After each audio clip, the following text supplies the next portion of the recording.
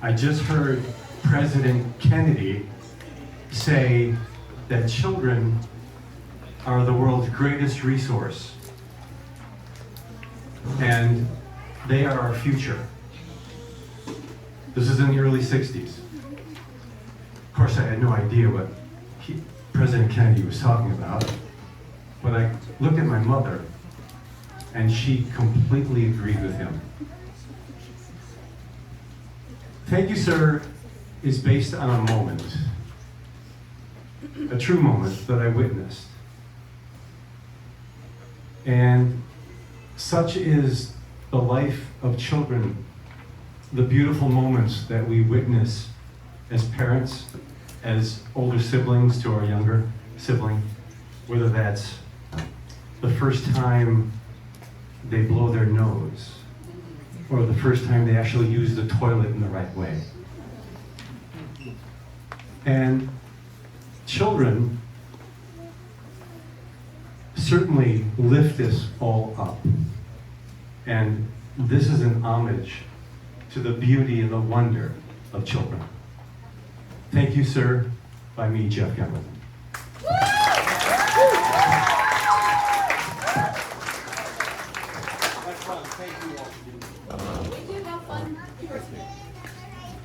Hello everybody, my name is Deb Zimmer, and I had the honor of directing this reading of Jeff Gendelman's I don't need a mic, really. It was my honor and pleasure to direct this reading of Jeff Gendelman's Thank You, Sir.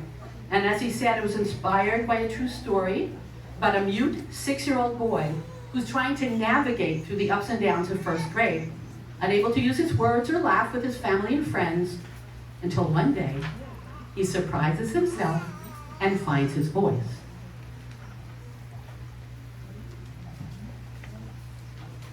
It starts in a scene, exterior home backyard.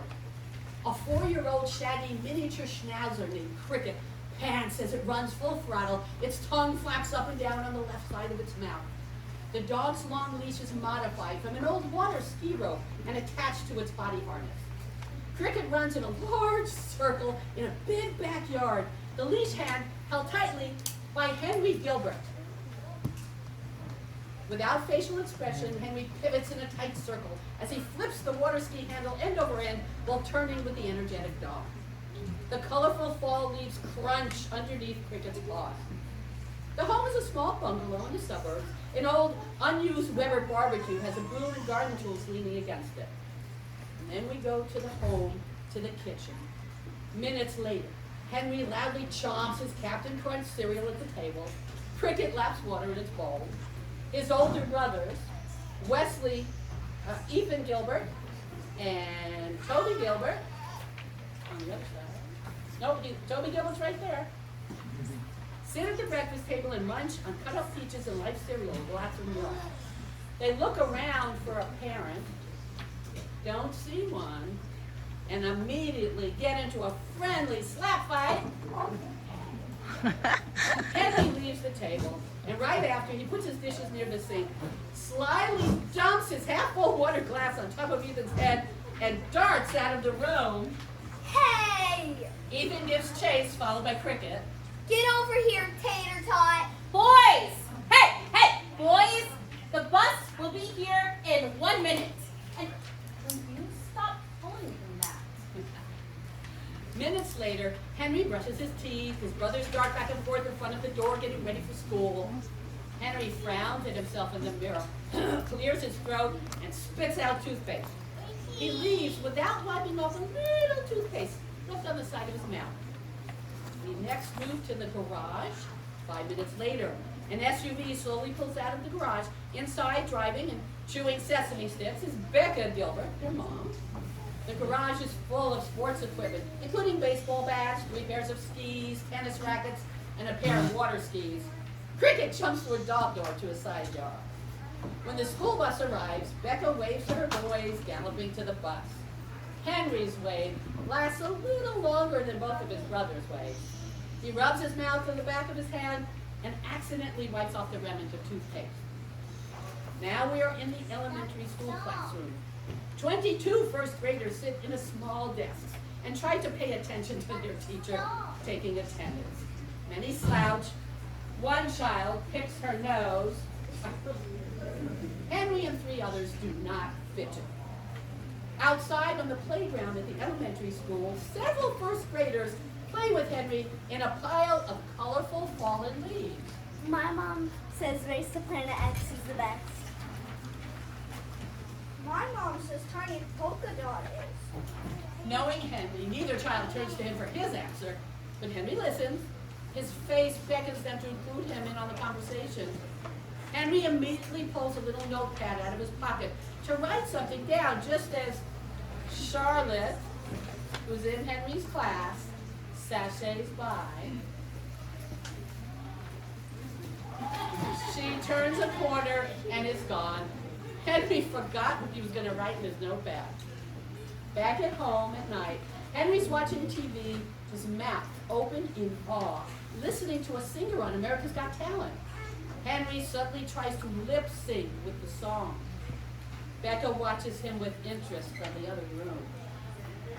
Back in Henry's and Ethan's bedroom, Becca gets off of Ethan's bed and bends over to fix his hair. Love you, Mom. I love you more, kid. Becca goes to sit on the side of Henry's bed and leans over him on her arm folded at his side. I love you. She puts her ear a half inch away from his mouth and listens for a few seconds. Henry's mouth moves. She hears something. Becca leaves his bedroom, her face long from exhaustion. She then shuffles down the hallway, yawns, stretches her arms, and opens Toby's bedroom door. Becca tiptoes inside. Toby's in bed. Did you knock? Toby, babe, do I have to do this at night too? Through the opening in Toby's door, Henry quietly creeps down the hallway and stops at Toby's door to listen. I'll check with the others and get back to you. You are tough. I love you, kid. Come here. Love you, Mom.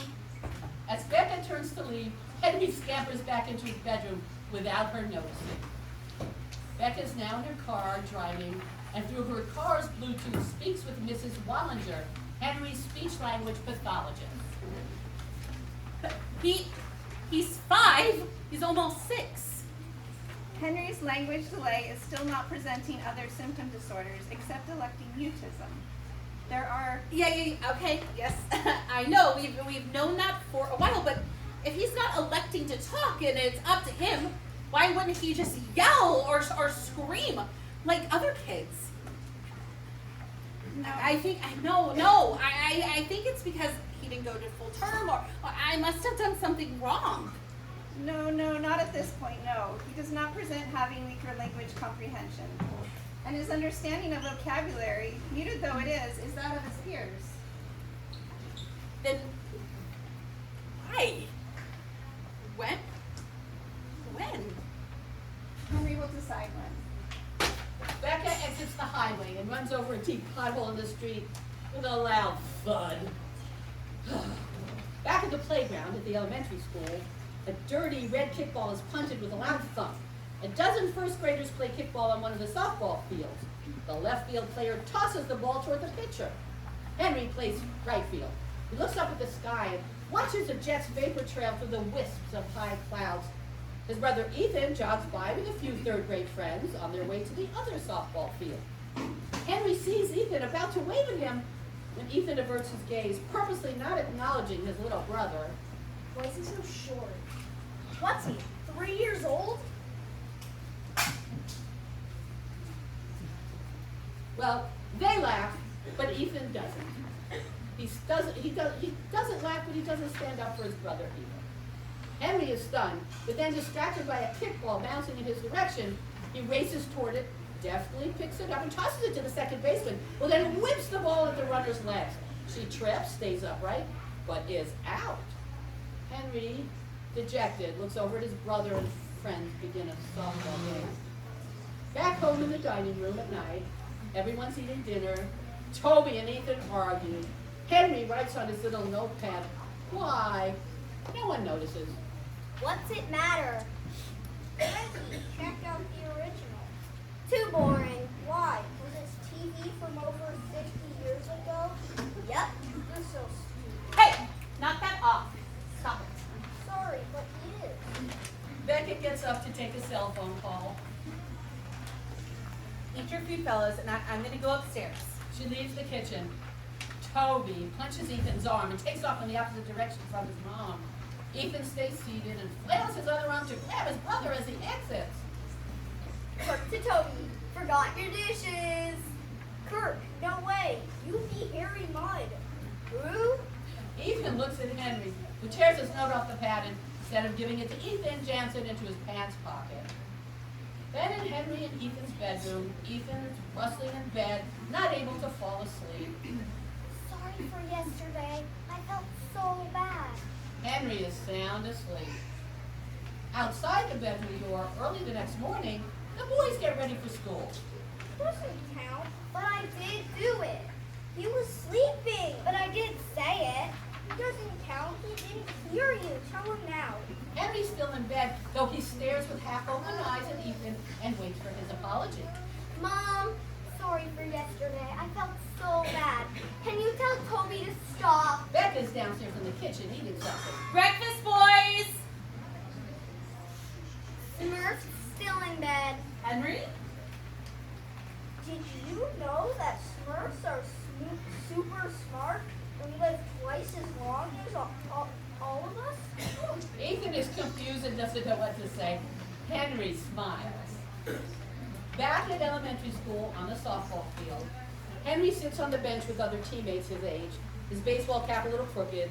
He repetitively smacks his glove with his right fist. A teammate at bat gets a hit. The coach gestures to the boy on third base to run home. Other teammates stand.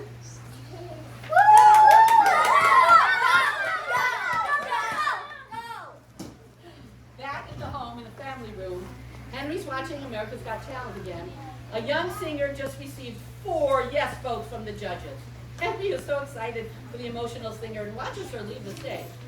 When an acrobat is next on the stage, Henry quickly turns off the TV and takes off. Next day at the elementary school auditorium, it's empty except for Henry, who stands on stage with Mrs. Wallinger, casually dressed. So a few weeks ago, the two of us were in an empty classroom. Last week, we were in your school's empty cafeteria. Today, we are in the auditorium. Why? To help you get comfortable in different spaces. She hands him a piece of paper with one paragraph written on it. And he looks down at the paper and reads all the words to himself. Mr. and Mrs. Dursley of number 4 Privet Drive were proud to say that they were perfectly normal, thank you very much. They were the last people you'd expect to be involved in anything strange or mysterious because they just didn't hold with such nonsense. It's called behavioral therapy, Henry. Now, I'm going to step away and, like we did the other times, pretend you are giving a speech. Yes, you might not be able to read all the words on the paper I gave you. It's a different paragraph than the others. Not important. But pretend you do know the words and are giving a speech. Henry writes on a piece of paper. I'll be over here. She slowly steps off stage. Henry slowly steps towards her. It's okay, Henry. No pressure. Where's that beautiful smile? Henry stops, holds the paper in his side, boldly looks out. Breathe. Feel that the space is okay. Becca enters the auditorium. Henry is excited to see his mom and immediately goes to give her a hug. A good place to stop. Mrs. Wallinger strides up to Henry to shake his hand. Well done, Henry. As Mrs. Wallinger shakes his hand, she sees that he wrote, "It's from Harry Potter" on the piece of paper. Henry sees that she saw and bites his lip. Mrs. Wallinger smiles and joins Becca and Henry as they amble out of school. Henry darts ahead. Years of Henry living mute have ingrained mute behavior despite his lack of social anxiety symptoms or other developmental or speech problems. Did I do this to him? No. Henry is just literally stuck in the nonverbal stage of communication. Becca watches Henry trying not to step on any cracks in the sidewalk. Back at Becca's bedroom that night, she sits at her home office desk and wears fashionable blue light glasses as she looks at the computer monitor. She's on a Zoom call with Henry's pediatrician, Dr. Leskowski. Research shows that 4 to 5-year-olds should be able to use 6 to 8 words per sentence, name 4 colors, count 10 pennies correctly. So by 5 or 6, they should be able to pay attention. Know concepts like time, today, yesterday, and tomorrow. Okay, but you have even heard of an almost 6-year-old not talking unless there's some kind of disorder. Just quietly whisper that he loves you. Becca takes a breath and smiles, acknowledging the beauty in that, but still concerned that her youngest is mute, and for all her medical training, she can't seem to help him speak. Next afternoon, we're at the Taekwondo Martial Arts School. Henry enters the academy for his school classmate's birthday party. A banner reads, "Happy 6th birthday, Olivia." Henry runs over to Olivia, hands her a wrapped gift, and hesitantly shuffles onto the mat. Loud music plays as children run around barefoot on the mat and try to keep 2 balloons afloat without letting them touch the ground. When one of the balloons hits the ground, everyone does 10 push-ups. Then the music stops. If the instructor asks you to do something, you must say yes, sir, or yes, ma'am. For example, if Miss Thomas says sit down, then you should say yes, ma'am. Not knowing what to do next, Olivia looks over to the master instructor, who mouth gestures for her to say to them, "Can you do that?" Can you do that? Yes, ma'am. Miss Thomas steps in. Everyone sit down. Yes, ma'am. Yes, ma'am. Mr. Backer steps in. Everyone stand up. Yes, sir. And everyone should say lots of thank you, sirs, and thank you, ma'am. Thank you. Thank you, sir. Thank you, ma'am. The children at Olivia's party sit toward the end of the mat. Okay, all eyes and ears on our fabulous demo team. Taekwondo demonstration team members, plus 4 adults with expertise, leap high in the air, break boards, perform cool Taekwondo movements, and use traditional weapons with skill.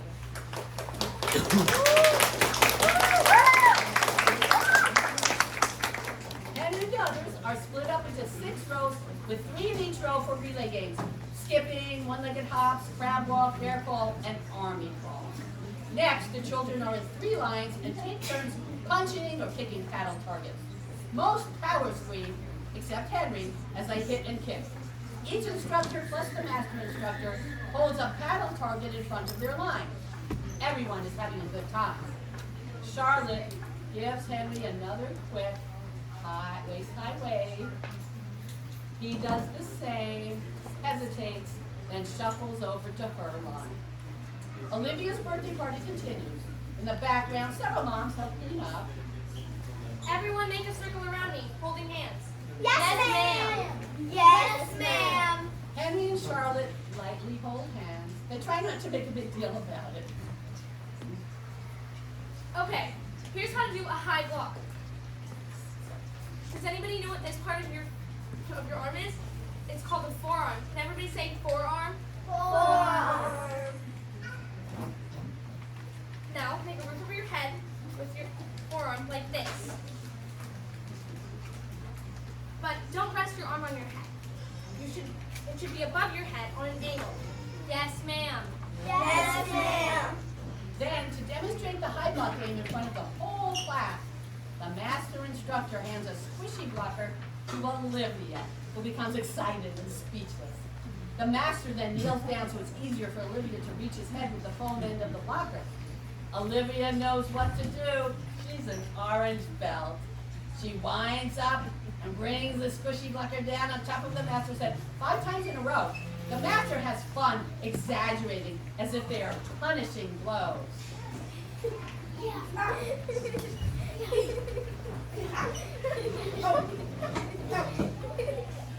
Then the master gets up. Each instructor now holds their own squishy blocker and has fun trying to touch the top of the head of each child in the circle. If we touch your head, you have to sit down. You're out. Use your high blocks to protect your head. Yes, sir? Yes, sir. You have to stay where you are and not get off. Your goal is to stay standing. The fun high block game continues. All smiles. until they're tapped on the head and have to sit down. It's quite comical. Okay, everybody stand up and let's do that again. Yes, sir. A half hour later, toward the end of Olivia's party, Henry smiles and subtly moves his lips as everyone else is almost through singing happy birthday to his friend Olivia. Over the next few weeks, at a softball game, Henry is handed a bat by his coach. Henry saunters up to the plate. Two players shake their heads. Henry sees it out of the corner of his eye. He's deflated by the time he gets to home plate. Then at several of Henry's Taekwondo classes, he's focused on the martial art movements and kicking combinations. Lots of yes sirs and yes ma'ams and thank you sirs and thank you ma'ams. Lots of push-ups, sit-ups, squats, and high energy games with foam noodles, colored rings, and squishy blockers.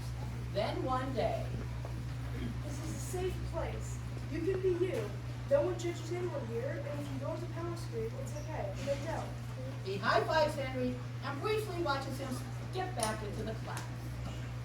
Henry, arms wide open, speeds toward a kickball speeding down toward him from a high kick. He doesn't quite get there in time and throws his arms back in frustration. Then at home, Henry kicks and punches in the air, just like in Taekwondo class. Becca sees him doing this from the other room, happy that Henry practices. At the Martial Arts Academy, Henry tries on a new Taekwondo uniform. His smile conveys he knows he looks great. Becca jots into her calendar that she has reserved a month from now to have Henry's 6th birthday party at Taekwondo. At home, Henry uses his little notepad to write the numbers 1 through 10 in adorably misspelled phonetic Korean using the English alphabet. He then shows his notepad to his mom, who beams with pride. A week later, in a Taekwondo class, Miss Thomas hands out long plastic batons to all the white and yellow belt students. Many of the yellow belts say, Thank you, ma'am. the white and yellow belt class practices hand-eye coordination skills by flipping the baton end over end in their hands. Many batons fall out of the hands, but immediately are picked up. Henry seems like an expert. He pivots his feet to the left in a tight circle as he keeps flipping the baton end over end while turning. Both the master instructor and Miss Thomas take notice of Henry's dexterity. The master instructor shows him how to reach for the baton behind their back and then do the same with the other arm, like a nunchuck move. Henry's baton drops many times on the mat, but he keeps picking it up and trying again. Several kids watch Henry and try to imitate what he's doing. He sees them trying to imitate him and stands a bit taller. A month later, Henry's whole first day class is invited to his 6th birthday party, the same group that was at Olivia's party last month. At the party, the kids play many fun relay games, including the empty cup game, where each person holds onto a paddle target while power walking and trying to balance an empty cup on the top of the target. Everyone make a circle around me, holding hands. Yes, ma'am. They know from Olivia's birthday party last month that the fun high block game is next. Henry and Charlotte, again, hold hands in the circle. So cute. Then in front of the whole class, just like at Olivia's birthday party, the master instructor hands a squishy blocker to Henry, who now gets to try and tap the head of the kneeling master instructor. Thank you, sir. Oh my. Everyone stops for a moment and about to loudly cheer for Henry. Freeze frame! Henry looks over at his mom. Her hands cover her mouth in a happy shock. She takes a step to run over to her son. Freeze frame! Henry smiles the broadest smile ever. Freeze frame. Music plays Where Do the Children Play by Cat Stevens. Slow fade theme. Everybody stand.